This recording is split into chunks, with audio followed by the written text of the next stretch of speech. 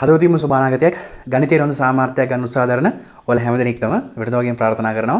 ඉතින් අද අපි කතා කරන්න යන්නේ වීඩියෝ එකේ කියලා තිබුණු විදිහටම 2019 සාමාන්‍ය පෙළ විභාගයට ආපු සමගාමී සමීකරණ ගැටලුව. ඉතින් මෙන්න මේ ගැටලුව සම්බන්ධයෙන් ඔයා දැනගන්න ඕන සියලුම ගණිතමය කරුණු ටික මේ වීඩියෝෙදි අපි සාකච්ඡා කරනවා. ඉතින් මේ ගණිත දැනුමත් එක්ක වාට ඉදිරියේදී සමගාමී සමීකරණ ගැටලුවක් හදාගැනීමේ කුසලතාවය වඩා හොඳ ඉහළ මට්ටමකට ගෙන ආවි කියලා අතිශයින් විශ්වාස කරනවා. ඉතින් ඒ වෙනුවෙන් මට දෙන්න පුළුවන් උපරිම දායාදය දෙනවා. ඉතින් ඔයා මේ ගැටලුව තනියම හදලා උත්සාහයක් දරලා එනවා නම් වඩා හොඳයි. ඒ කියන්නේ මේ විවරණය බලනවා නම් කොහොමද ලකුණු හම්බ වෙන්නේ?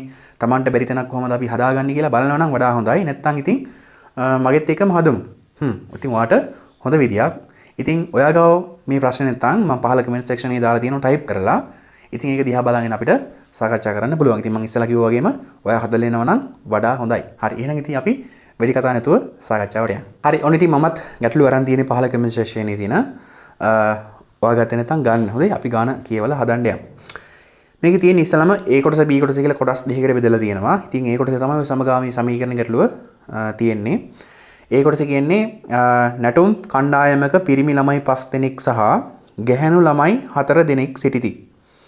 එක්තරා නර්තනයකදී සියලු පිරිමි ළමයින් මිල සමාන වූ ඇඳුම් වලින් සැරසී සිටි අතර සියලුම ගැහැණු ළමයින්ද මිල සමාන වූ ඇඳුම් වලින් සැරසී සිටීහ. පිරිමි ඇඳුම් කට්ටල දෙකක මිල ගැහැණු ඇඳුම් කට්ටල තුනක මිලට වඩා රුපියල් 100කින් වැඩි විය. දැන් ඔයා මෙන්න මේ විදිහට කියවලා හදන්න යනවද? ඔයා මේ විදිහට කියවලා හදන්න යනවා නම් ඔයා ඉතින් අර පහළ නමක් දාලා තියෙන්නේ. එහෙම කෙනෙක් නම් නෙමෙයි ඇත්තටම. මොකද මම මේ ගැටලුව සාකච්ඡා කරන්න යන්නම්. ඔල් එක්සෑම් එකේදී A එකක් ගන්න කෙනෙක් කියලා හිතලා. A එකක් ගන්න, ඒ කියන්නේ ලකුණු 75ට වැඩියෙන් ගන්න කෙනෙක් කියලා හිතලා මම මේ ගාන සාකච්ඡා කරන්නම්. එහෙම නැත්නම් ගණන් 10ම හදනවා කියලා සාකච්ඡා කරන්නම්. ඉතින් එහෙම කෙනෙක් නම් මෙන්න මේ විදිහට කියවලා මුල ඉඳන් අග දක්වා කියවලා හදන්නේ නැහැ. එයා ඉස්සෙල්ලාම කරන්නේ මේක විශ්ලේෂණය කරනවා. කොහොමද මේ ගැටලුව දීලා තියෙන්නේ? ප්‍රොෆෙසර් දීලා තියෙන්නේ මුල ඉඳන් අග දක්වා හරි. නමුත් අපි හදන්න ඕනේ මේ විදිහටද? ඒ විදිහට නෙමෙයි අපි හදන්න ඕන. අපි හදන්න ඕන යාළුවා අපිට තියෙනවා කාලපරාසයක්. අන්නේ කාලපරාසය තුල හදාගන්න බෑ. මොකද නැත්නම් අපේ ෆයිනල් උත්තරේනේ මේක ලියන්නේ. දැන් අපි එක වසරේ ගණන් ඉගෙන ගත්තා, දෙක වසරේ, තුන වසරේ, හතර වසරේ, පහ වසරේ, 10 වසරේ, 11 වසරේ. අවුරුදු 11ක් නැත්නම් මොන්ටිසෝරිත් ගත්තොත් 12ක්. 13ක් වෙයි. ඉතින් එන්නේ කාලපරාසය තුල ඉගෙනගත්ත ගණිත දැනුම මිනුම් කරන අවස්ථාවක් නේ. ඉතින් ඒ අවස්ථාවේ ලියන්න පුළුවන් උපරිම ලෙවල් එකකින් ලියන්න ඕන. ඉතින් ඒකට ලියනකොට අපිට කාලයත් හරස් වෙනවානේ. අපිට දීලා තියෙන කාලපරාසය තුල ලියන්න ඕන. ඉතින් ඒ ලියනකොට ඔයා මේ ගැටලුව විශ්ලේෂණාත්මකව හදලා හදන්න. කියපුවද පැහැදිලි? මේක විශ්ලේෂණය කරන්න ඉස්සලම. ගාන කියවගෙන යන්න එපා. ගාන මැදට ගිහිල්ලා ඊට පස්සේ සුංග බුංග වෙනවා කොහොමද මේක උරංගා ගන්න කියලා. ඉතින් ඒ නිසා ඔයා ගාන විශ්ලේෂණය කරන්න. ඉතින් ගාන කොහොමද විශ්ලේෂණය කරන්නේ? මෙන්න මේ විදිහට. එයා කියවන්නේ මේ විදිහට. එයා බලන මොනවද දීලා තියෙන විචල්‍යයන් දෙක. සමගාමී සමීකරණයක නම් අනිවාර්යයෙන්ම කවුරු දෙන්නෙක් ඉන්න ඕනද? විචල්‍ය දෙන්නෙක් ඉන්න බෑ. xy දෙන්න බෑ. කියන්නේ සාමාන්‍යයෙන්ම xy නැත්නම් ඉතින් ඕනෑම අකුරු දෙකක් දෙන්න පුළුවන්. ඉංග්‍රීසි පොඩි අකුරු තියෙනවනේ 26ක්ම. ওই 26න් දෙකක් දෙන්න පුළුවන්. ඉතින් එයා බලන මොනවද මේකේ විචල්‍යයන් දෙක. බලන්නකො මේකේ විචල්‍යයන් දෙක මොකක්ද කියලා. පළවෙනි රෝම ඉලක්කමේ තියෙන්නේ. පිරිමි ළමයෙකුගේ ඇඳුම් කට්ටලයක මිල රුපියල් x සහ ඒක ලියා ගන්න. පිරිමි ළමයෙකුගේ ඇඳුම් කට්ටලයක මිල. ඒ තමයි x. ඒතර y කියලා කියන්නේ ගැහැණු ළමයෙකුගේ ඇඳුම් කට්ටලයක මිල. ඔන්න දීලා තියෙන විචල්‍යයන් දෙක. ඒ කියන්නේ අනිවාර්යයෙන්ම මේක ඉන්න ඕන. මිල කියන සාධකයේ තියෙන්න ඕන. මිලවල් වර්ග දෙකක් තියෙනවා. මොකද්ද මේ මිලවල් වර්ග දෙක? මිලවල් වර්ග දෙක මොකක්ද එහෙනම්? පිරිමි ළමයෙකුගේ ඇඳුම් කට්ටලේ යක මිල කියන්නේ එකක මිල. මේ තියෙන එකක මිල. y කියලා කියන්නේ නම් කවුද? ගැහැණු ළමයෙකුගේ ඇඳුම් කට්ටලයක මිල. එකක මිල. එකක. දැක්කනේ විශ්ලේෂණය. මිල අනිවාර්යෙන් මේකේ මිල වර්ග දෙකක් තියෙනවා. මිල කියන වර්ගයෙන් දෙකක් තියෙනවා. මොකද්ද මේ මිල වර්ග දෙක? මේකේ යම්කිසි මිලක් කියාවි. හැබැයි අන්නේ මිල අනිවාර්යයෙන්ම කොටස් දෙකක් තියෙන්න ඕනේ. ඒ මිලේ. එකක් තමයි පිරිමි ළමයෙකුගේ ඇඳුම් කට්ටලයක මිල. එකක මිල. මේක ඒක වචනයි. ගැහැණු ළමයෙකුගේ ඇඳුම් කට්ටලයක මිල. දැන් පැහැදිලිනේ. අනිවාර්යයෙන්ම මෙන්න මේ කතාවේ ගැහැණු ළමයි කියලා කෙනෙක් ඉන්න ඕන. පිරිමි ළමයි කියලා කොටසක් ඉන්න ඕනි කතාව. අපි තාම කතාව කියුවේ නෑනේ. අර මුලින් කියවුවා. නමුත් ඒක දැන් ඔයාලට අවබෝධ කරගන්නනේ. නමුත් මෙහිම විශ්ලේෂණාත්මකව හදනකොට කතාව මුලින් කියවන්නේ නැහනේ. XY නේ හදාගත්තේ. ඉතින් මෙහිම හදා ගන්නවා නම් අනිවාර්යයෙන්ම කතාව තියෙන්න ඕන. පිරිමි ළමයි ඉන්න ඕන. ගැහැණු ළමයි ඉන්න ඕන. ඇඳුම් කට්ටල තියෙන්න ඕන. මොනවාද දන්නේ නැහැ. ඉතින් මොනවා හරි ඇඳුම් කට්ටල තියෙන්න ඕන. හරි. මිලවල වර්ග දෙකක් තියෙනවා. දැන් තමයි ගාන කියවන්න යන්නේ. දැන් ඒ ගාන කියවද්දිත් අපි මොනවද දැන් බලන්නේ? එක්ක සම්බන්ධතාව බලනවා, එක්ක සිද්ධි බලනවා. අනිවාර්යයෙන්ම සිද්ධියක් හරි සම්බන්ධතාවයක් හරි දෙන්න ඕන. මොකක් හරි දෙකක් දෙන්න ඕන. මොකද සමගාමී සමීකරණ දෙකක් ගොඩනගා ගන්න බෑ. අනිවාර්යයෙන්ම දෙකක් දෙන්න ඕන. බලන්න මේ දෙක මොනවද කියලා. ඔන්න කියවනවා නැටුම් කණ්ඩායමක පිරිමි ළමයි. පහලින් දාලා තියෙන්නේ. ඔය අනිවාර්යයෙන්ම කියවන්න ඕනේ. නැටුම් කණ්ඩායමක පිරිමි ළමයි 5 දෙනෙක් සහ ගැහැණු ළමයි 4 දෙනෙක් සිටියති. ඒක නෙමෙයිනේ. ඒක නෙමෙයි සිද්ධිය. මොකද මුළු කතාවටම දෙන්න බෑ. සිටිති. එක්තරා නර්තනයක දී සියලුම පිරිමි ළමයින් මිල සමාන වූ ඇඳුම් වලින් සැරසී සිටි අතර සියලුම ගැහැණු ළමයිද මිල සමාන වූ ඇඳුම් වලින් සැරසී සිටිය. අපිට කමක් නැහැ. නමුත් ඒක නෙමෙයි සිද්ධිය. පිරිමි ඇඳුම් කට්ටල දෙකක මිල ගැහැණු ඇඳුම් කට්ටල 3ක මිලට වඩා රුපියල් 100කින් වැඩිය. අන්න ඒක තමයි පොයින්ට් එක. අන්න ඒක තමයි සිද්ධිය. මම මේක මෙහෙම ලියන්නකෝ මේ බලන්න. පිරිමි ඔන්න තියෙනවා පිරිමි ඇඳුම් කට්ටල දෙකක මිල ගැහැණු ඇඳුම් කට්ටල 3ක මිලට වඩා රුපියල් 100කින් වැඩි. ඒ කියන්නේ මේක සමාන ලකුණ දීලා තියෙන්නේ. මේක සමාන ලකුණ. පිරිමි ඇඳුම් කට්ටල දෙකක මිල සමානයි කියනවා ගැහැණු ඇඳුම් කට්ටල 3ක මිලට වඩා රුපියල් 1000කින් වැඩිලු. මේකට වඩා 1000කින් වැඩිලු. 1000කින් වැඩි කියලා තමයි කියන්නේ. හරි. බලන්න ඊගාව සිද්ධිය කියන්නේ මොකක්ද? මොකක් හරි සම්බන්ධතාවයක් දෙන්න තව සම්බන්ධතාවයක්. බලන්න. කණ්ඩායමේ සියලුම ළමයින්ගේ ඇඳුම් කට්ටල සඳහා වියදම මුළු වියදම දෙනවා. මුළු වියදම රුපියල් 14000. ඔන්න ඔය දෙක තමයි සිද්ධි දෙක. මෙන්න මේ දෙක ඔයාලට අඳුන ගන්න පුළුවන් නම් විශ්ලේෂණය කළා තෝරලා බේරලා ගන්න පුළුවන් නම් සුපිරි සුපිරි. මෙන්න මේ දෙක තමයි සම්බන්ධතා දෙක. සිද්ධි දෙක. දැන් බලන්න දැන් කොහොමද මේක හදාගන්නේ? දැන් කොහොමද මේක අපි හදාගන්නේ මේ බලන්න. අපි මෙතනින් පටන් ගමුකෝ. මුළු වියදමන්නේ දීලා තියෙන්නේ. මුළු වියදමක් තමයි දීලා තියෙන්නේ. මට කියන්න මුළු වියදමක් හැදෙන්නේ එකතු වෙලාද අඩු වෙලාද? එකතු වෙලා තමයි හැදෙන්න ඕන. මුළු වියදමක් හැදෙන්නේ එකතු වෙලා. අඩු වෙලා වෙන්න බෑනේ. එකතු වෙලා තමයි හැදෙන්නේ. සාමාන්‍යයෙන් එකතු වෙලා තමයි හැදෙන්නේ. ඉතින් එකතු වෙලා නම් හැදෙන්නේ අපි එක මෙහෙම දාගමුකෝ මේ බලන්න. එකතු කිරීම සමානයි 14000. ඇයි ඒ?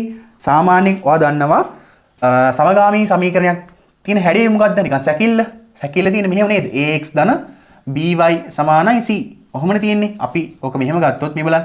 මෙතන යම්කිසි සංඛ්‍යාවක්, මෙතන යම්කිසි සංඛ්‍යාවක්, y සමානයි මෙතන යම්කිසි සංඛ්‍යාවක්. මේකනේ ඔය සැකිල්ල කියලා කියන්නේ. මේකනේ ඔය සැකිල්ල. දැන් වර්ගද සමීකරණයක් කියන්නේ මොකක්ද? වර්ගද සමීකරණයක් කියන්නේ ax වර්ග ධන bx ධන c සමානයි බිඳුව. මේ ඇවිල්ලා වර්ගද සමීකරණයක්. මේ මොකද්ද මේ? සමගාමී සමීකරණයක්. ඉතින් සමගාමී සමීකරණයක දෙපැත්තක් තියෙනවනේ xy තියෙන්න ඕන. දැන් එහෙනම් අන්නේ දැනීම පාවිච්චි කරලා දැන් එහෙනම් අනිවාර්යයෙන්ම මෙතෙන්ට මොකක් එන්න ඕනද? x පදයක් තියෙන්න ඕන. අනිවාර්යයෙන්ම මෙතෙන්ට y පදයක් තියෙන්න ඕන. අපි දැන් බලන්න තර්ක කරපු විදිය, අපි විශ්ලේෂණය කරපු විදිය. දැන් මුළු වියදම තමයි දීලා තියෙන්නේ රුපියල් 14000ක්. මුළු වියදමක් හැදෙන එකතු වෙලා. එහෙනම් මෙතන එකතු කිරීමේ ලකුණ. සමගාමී සමීකරණයක දෙපැත්තේ ඉතින් xy තියෙනවා මේ. xy තියෙනවා. ඉතින් xy තියෙනවා නම් අනිවාර්යයෙන් මෙතන නියතයක් එන්න ඕන. මෙතන නියතයක් එන්න කියන්නේ යම්කිසි සංඛ්‍යාවක් එන්න ඕන. මෙතන සමානයි සංඛ්‍යාව. ඉතින් මෙහෙම එන්න බෑ. මට කියන්න මෙන්න මේ කොටසෙන් මෙන්න මේ මුළු කොටසෙන් මොකක්ද එන්නේ? මෙන්න මේ මුළු කොටසෙන් මොකක්ද එන්නේ? හිතන්න. මොකක්ද එන්නේ මේකෙන්? මොකද්ද? x කියලා කියන්නේ පිරිමි ළමයෙකුගේ ඇඳුම් කට්ටලයක මිලනේ. එකක මිල. එහෙනම් මෙතනින් එන්නේ මුළු වියදම නම් හැදෙන්න ඕන. පිරිමි ළමයිගේ ඇඳුම් කට්ටල වලට ගිය වියදම. එහෙනම් මෙතනින් එන්නේ මොකද්ද? පිරිමි ළමයිගේ ඇඳුම් වලට ගිය වියදම. එහෙනම් මෙතන ඉන්නේ කවුද? ගැහැණු ළමයිගේ ඇඳුම් වලට ගිය වියදම. ඕක තමයි එන්නේ. මෙතන ඉතින් සංඛ්‍යාවක් මොනවා කරයිද? අනිවාර්යයෙන් ඔය කතාවේ කියාවි. දැන් ඔන්න අපි හෙව්වේ මේ සම්බන්ධතා දෙකනේ. මොන සම්බන්ධතා දෙක හරි. දැන් උඩ එක බලමුකෝ. පිරිමි ඇඳුම් කට්ටල දෙකක්. මිල මේකෙන්නේ මිලනේ. මිල සමානයි කියනවා ගැහැණු ඇඳුම් කට්ටල 3ක මිල වඩා 1000කින් වැඩි. මෙතන තියෙන්නේ 1000 1000කින් වැඩි කියලා කියනවා. පිරිමි ඇඳුම් කට්ටල දෙකක මිල. දැන් එකක මිල කොච්චරක් වෙනවද? මේකත් ඉතින් මේ තියෙන මොකක්ද මේ? ඔයාලට හිතා ගන්න පුළුවන් මේක මොකද්ද මේ තියෙන්නේ? පිරිමි ළමයිනේ. එහෙනම් මෙතන එන්න ඕනේ කීයයි කියලාද? 2x. ඇයි? එකක මිල x නම් දෙකක මිල කීයක් වෙනවද? 2x. එමෙ ඉතින් එකක මිල x කියලා. එහෙනම් ගැහැණු ළමයි ඇඳුම් කට්ටල 3ක් මෙතන තියෙනවා නම් 3ක මිල එන්නේ කොහොමද? එකක මිල y නම් 3ක මිල එන්න ඕනේ නම් 3y ධන 1000. ඕක තමයි සුදු පුතේ තියෙන්නේ. ඉතින් මේක නම් අපිට හදාගන්න පුළුවන් නම් මෙතන ඉඳන්. ඉතින් මේක ඉතින් කතාවේ කියාවේ. කොච්චර ප්‍රමාණයක් ඉන්නවද? ගාන කියවන්නකො චුට්ටක් බලන්න ආපහු. බලන්න මුලම තියෙනවා මේ බලන්න. නැටුම් කණ්ඩායමක පිරිමි ළමයි 5 දෙනෙක් සහ ගැහැණු ළමයි 4 දෙනෙක් සිටිති. එහෙනම් කොච්චරක් ඉන්නවද? නැටුම් එක කණ්ඩායමක ඉන්නවා පිරිමි ළමයි 5 දෙනයි ගැහැණු ළමයි 4 දෙනයි. නර්තනයක යෙදෙනු අතර පිරිමි ළමයි සමාන වේදුම් වලින්ද සැරසී සිටිය. ඒ කියන්නේ ඔක්කොගෙම පිරිමි ළමයිගේ ඔක්කොගෙම ඇඳුම් වලට කී වියදම එකයි. ගැහැණු ළමයිගේ මුළු වියදම එකයි. හරි. එහෙනම් මේකේ ඉන්නේ මෙතන එහෙනම් ඉන්නේ කවුද? නැටුම් කණ්ඩායමේ ඉන්නේ පිරිමි ළමයි ගණන. මොකද පහක් ඉන්නවා නම් 5 දෙනාට ඇඳුම් කට්ටල එපේ. ඒ නිසා. එහෙනම් මෙතන ඉන්නේ කවුද? 4. දැන් දැක්කද හදාගත්ත විදිය? විශ්ලේෂණාත්මකව හැදුවේ. ඉතින් මෙන්න මේ විදිහට හදන්න. දැන් මේක ඔයාලට පොඩ්ඩක් නුහුරු ඇති. මේ විදිහට හැදුවේ නැත්තම්. හැබැයි මේ ක්‍රමෙන් හදලා යන්න දෙන්නේ මොන ගානද?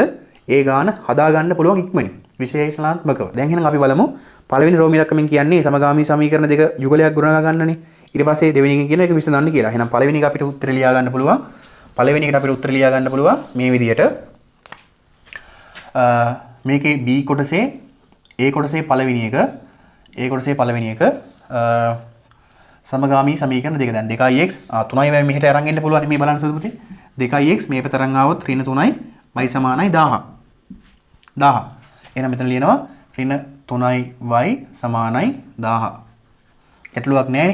ඊගව සමීකරණය අපිට ලියන්න පුළුවන් 5x ඊට පස්සේ ධන 4y සමානයි 14000. 1 3 14යි 1000. හරි. අන්න ඕක තමයි පළවෙනියට උත්තරේ. හරි. එහෙනම් අපි රෝම ඉලක්කම් දෙකෙන් කියන්නේ මේක හදන්න කියලා. එහෙනම් අපි රෝම ඉලක්කම් දෙක හදමු. ඕන ඉතින් රෝම ඉලක්කම් දෙක. අපි මේක ආපහු ලියා ගන්නව නම් හොඳයි. 3y සමානයි 1000. ඊට පස්සේ මෙතනින් එනවා 5x ධන 4y සමානයි 14000. ඉතින් අපි මේක කොටු කරගමු. මොකද අපේ මූලික සමීකරණ දෙකක් නිසා. අපි සාමාන්‍යයෙන් එහෙම කරනවා මූලික සමීකරණ වලට. හරි. දැන් ඉතින් අපි සංගුණක සමාන කරගන්න ඕනි. x වල සංගුණක සමාන කරන්න පුළුවන් 10යි. 10යි. මේකත් 5න් ගුණ කරන්න වෙනවා. මේක 2කින් ගුණ කරන්න වෙනවා. හරි කමක් නැහැ 5න් ගුණ කරමුනේ. 5න් ලේසි. මෙතන එනම් 5 රත් 2 10ix 5 රත් 3 15y සමානයි 500. මෙතනින් අපිට එනවා මේකේ ගුණ කරන්න ඕනේ 2කින්. එහෙම වුණොත් මේකට සංගුණක සමාන වෙනවා 10ix ධන 8y සමානයි 28යි. 10යි 20. හරි. දැන් ඊට පස්සේ අපිට කරන්න තියෙන්නේ මේකේ සංගුණක සමානයි. එහෙනම් මේකේ ලකුණ මේක දැන් ඔයා එක සමීකරණය මේක දෙක සමීකරණ කියලා අරගෙන හදනවා වෙන්න පුළුවන්. නැත්නම් ඔයා y වල සංගුණක සමාන කරලා හදනවා වෙන්නත් පුළුවන්. කොහොම හරි කමක් නැහැ. ඔයා උත්තරේ එකයි. ඉතින් මම හදනවා මේකේ එකතු කරන ක්‍රමවේදය භාවිත කරලා දැන් දෙන්නේ මොන සමීකරණයේද? දෙන්නේ මොන සමගාමී සමීකරණයේද? ඉතින් ඒක අපිට එකතු කිරීමේ ක්‍රමවේදයෙන් හදාගන්න පුළුවන්. ඒ ක්‍රමය ඉතින් පහසුයි. ඒ නිසා මම ඒ ක්‍රමෙන් හදන්නම්. හරි. දැන් එහෙනම් මට කරන්න තියෙන්නේ මේකේ සංගුණක අසමාන කරගන්න. කාගේද අසමාන කරන්නේ? මෙයාගේ අසමාන කරගමු. මොකද මෙයා තමයි අඩු. එහෙනම් මෙතන ඉන්නේ ඍණ 10ix ධන 15y සමානයි ඍණ 500. මෙන්න මේක මම ගන්නවා 2 මේක ගන්නවා 1. වැඩි එක්කෙනා ගන්න 1 කියලා. 1 එකතු කිරීම 2 පොඩි කාලේ වගේ අපි හදාගමු. ඊට පස්සේ දෙවෙනි සමීකරණය අපි ලියන්න ඕන. ඍණ 10ix ධන 15y සමානයි ඍණ 500. උඩ එනවා එතකොට 10ix ධන 8y සමානයි 28000. හරි. දැන් මේ 10x කැපෙනවා. ඕනනම් මෙහෙම කපන්න පුළුවන්. මෙතන එක තුනොත් එන්නේ 15y 8y කියන්නේ 23y සමානයි අඩු කරන්න තියෙන්නේ 0.0යි 8න් 5ක් 3යි 23යි. අනේ ගානට එනවා නේද? 23න් බෙදාගත්තොත් අපිට මේකෙන් එනවා y සමානයි. ඔන්න y වල උත්තරය ආවා. හරි. දැන් අපිට හදාගන්න පුළුවන් x වල උත්තරේ. ඉතින් x වල උත්තරේ ගන්න අපි මෙන්න මෙයා හදාගමු. මෙයා ලේසිනේ. මෙයා අපි හදාගත්තොත් x සමානයි 100 ඍණ 3y ධන 3y මේ 3y හැට ගියොත් ධන 3y බෙදා ගන්න ඕනේ කීයද? දෙකකින්. මේක මම ගන්නවා තුන්වෙනි සමීකරණේ. මම කියන්නේ ඔයලත් ගන්න. තුන්වෙනි සමීකරණේ. මේක දෙවෙනි සමීකරණේ මේක තුන්වෙනි සමීකරණේ. ඇයි ඉතින් x හොයා ගන්න බෑ. ඉතින් x මෙතනම හොයාගත්තා. එහෙනම් මට මෙතන ලියන්න තියෙන්නේ 3න් කියලා ලියලා ආදේශ කරන්න තියෙන්නේ. x සමානයි බෙදීම ඉරෙනවා යට 2 එනවා 100 ධන 3 ගුණ කිරීම y වල උත්තරය ඇවිල්ලා 1000යි. 1000යි. එතකොට මෙතනින් එනවා 3100 3100 එතකොට බෙදන්න ඕන දෙකෙන්. දෙකෙන් බෙදුවොත් එන්නේ මේ බලන්න බෙදා ගන්න අමාරුයි නම් 3100 බෙදන්න ඕන දෙකෙන් 3ට 2 1යි 2යි 1යි 11ට 5යි 5ට 2 10යි 2යි බිංදුව. මේ බිංදුව මෙතන අරන් එන්න ඕන. 10ට 2 ඒවා 5යි 5ට 2 10යි බිංදුවයි බිංදුවයි බිංදුවයි. 1550යි. හරි දැන් ඔන්න xy අපි හෙව්වා. දැන් අපිට වෙන වෙනම හොයන්න කියලානේ තියෙන්නේ. අනිවාර්යෙන්ම ලියන්න ඕන. අනිවාර්යෙන්ම ලියන්න. ඉන්න චුට්ට මම මේ බෝඩ් එක මකාගෙන ඉන්නම්. හරි ඔන්න ඉතින් බෝඩ් එක මකාගත්තා. දැන් එහෙනම් අපි මේක ලියන්න ඕන. මොකක්ද ලියන්න ඕන? x සමානයි 1500. ඒ කියන්නේ මොකක්ද? ඒ කියන්නේ මොකක්ද? ඒකකෙත් එක්ක ලියන්න හොඳේ. මෙතන එන්නේ අපිට ඒකකයක් ආවේ නෑනේ. අනිවාර්යයෙන් මෙතන එනවා රුපියල්. x කියන්නේ කවුද එහෙනම්? පිරිමි ඇඳුම් කට්ටලයක මිල. රුපියල් කියලා දාන්න. මිල. එතකොට y එන්නේ කවුද? y සමානයි 1000. ඒ කියන්නේ කවුද? ගැහැණු ඇඳුම් කට්ටලයක මිල. රුපියල් කියලා එනවා. ඔන්න ඉතින් උත්තරය. ඔන්න අපි අවසාන උත්තරේ. ඉතින් අපි B කොටසත් හදලම මම මේක පැහැදිලි කරන්නම්. ඉතින් B කොටසේදී අපිට කියන්නේ මේක සුළු කරන්න කියලා තියලා තියෙනවා. මේ බලන්නකෝ 5x x වර්ග ඍණ 1 ධන ඊට පස්සේ දීලා තියෙනවා 4x ධන 1 x ධන 1. එතකොට මේකදී අපි කරන්නේ මේක අපිට හදා ගන්න පුළුවන් වර්ග දෙකක අන්තරය. වර්ග දෙකක අන්තරයට මෙතන එනවා x ධන 1 x ඍණ 1 ධන x ධන 1. ඔන්න ඉතින් යට හරි උඩ හදා ගන්න ඉතින් මේක 5x 4 මේව ඉතින් මුකුත් වෙනස් වෙන්නේ නැහැ නේ. ඊට පස්සේ අපිට ගන්න මේ පොදු සාධක තියෙනවා x ධන 1 පොදු සාධකයි. එහෙනම් එයා එළියට ගන්න x ධන 1 වරහන් ඇතුලේ 5x x ඍණ 1 ධන 4 යට 1. ඔන්න ඉතින් පොදු සාධක ඉවතට ගත්තා. ඊට පස්සේ අපිට තියෙන්නේ මේකේ පොදු හරය ගන්න. පොදු හරය ගත්තොත් අපිට එන්නේ x ධන 1 x ඍණ 1 එතන 5x මේක ඉතින් මෙයාගෙන් ගුණ වෙන්න ඕන 4 වාරයක් x ඍණ 1. ඉතින් මේක අපිට සුළු කරොත් එන්නේ 1 යට x ධන 1 මෙතනින් එනවා 4x ඒ කියන්නේ මෙතන එනවා 9x මේක ප්‍රසාරණය කරන්නකො මම ප්‍රසාරණය කරන්න පොඩ්ඩක් ඉන්නේ නම් 5x ධන 4x ඍණ 4 යට x ඍණ 1. එහෙනම් අපිට අවසාන උත්තරය ලියන්න පුළුවන්. මෙතනින් එනවා 9x ඍණ 4 උඩ එනවා 9x ඍණ 4 යට එනවා x ධන 1 x ඍණ 1 x ඍණ 1. හරි ඔය තමයි ගාන. මෙන්න ඉතින් A කොටස මෙන්න B කොටස. හරි දැන් ඉතින් බලමු මෙන්න මේ මහන්සි වෙලා අපි හදාගත්ත මෙන්න මේ ගැටලුවට කොච්චර ලකුණු ප්‍රමාණයක් හම්බ වෙනවද? ඒ කියන්නේ මොන විදියටද ලකුණු හම්බ වෙන්නේ කියලා. ඉතින් ඔයා දන්න කොහොමද ඉතින් මෙතන එක එක තමයි අර ගොඩනගාගත්ත සමගාමී සමීකරණයට හම්බ වෙන්නේ. එතකොට මේ y මෙන්න මේ සමීකරණයට එක ලකුණයි. ඒ කියන්නේ මේ y හොයන්න 2300 ගන්නවානේ. අන්න ඒකට එක ලකුණයි. y හොයනවට එක ලකුණයි. මෙන්න මේ x ආදේශ කළා. මෙන්න මේ පියවරට එක ලකුණයි. ඊට පස්සේ උත්තරයට එක ලකුණයි. ඊට පස්සේ දෙනවා මෙන්න මේ දෙක පැහැදිලිව විස්තර කරලා තියෙන්න ඕනේ. ඒ කියන්නේ x කවුද y කවුද? ඉතින් මෙන්න මේ දෙන්නට එක ලකුණක් හම්බ වෙනවා. එතකොට මෙතන පළවෙනි රෝම ඉලක්කමට ලකුණු 2යි. දෙවෙනි රෝම ඉලක්කමට ලකුණු 5යි. ඔක්කොම හම්බ වෙනවා 5 2යි 7ක් හම්බ වෙලා තියෙනවා. සමගාමී සමීකරණය ගැටලුව හදනවට ලකුණු 7ක් හම්බ වෙලා තියෙනවා. ඉතින් මම මේ ගැටලුව ඉතින් අපරාධනේ ඉතින් මේ ගැටලුව සාකච්ඡා කරන්න නැතුව යනවා කියන්නේ. ඉතින් ඔන්න B කොටසත් මම සාකච්ඡා කරා සමගාමී සමීකරණ ගැටලුව හදනවත් එකම. ඉතින් මේකට ලකුණු 3ක් හම්බ වෙලා තියෙනවා. ඒ 3 හම්බ වෙලා තියෙන්නේ මෙන්න මේ වර්ග දෙකක අන්තර ලියනවට එක ලකුණයි. ඊට පස්සේ මේ පොදු හරය ගන්නවට මෙන්න මේ පොදු හරය ගන්නවට එක ලකුණයි. අවසාන උත්තරයට එක ලකුණක් විදියට මෙන්න මේ ලකුණු ටික හම්බ වෙනවා. ඒ කියන්නේ පොදු හරය ගන්නවට එක ලකුණයි. වර්ග දෙකක අන්තරය ගන්නවට එක ලකුණයි. මෙන්න මේ පොදු හරය ගන්නවට එක ලකුණයි. අවසාන පිළිතුරට එක ලකුණයි.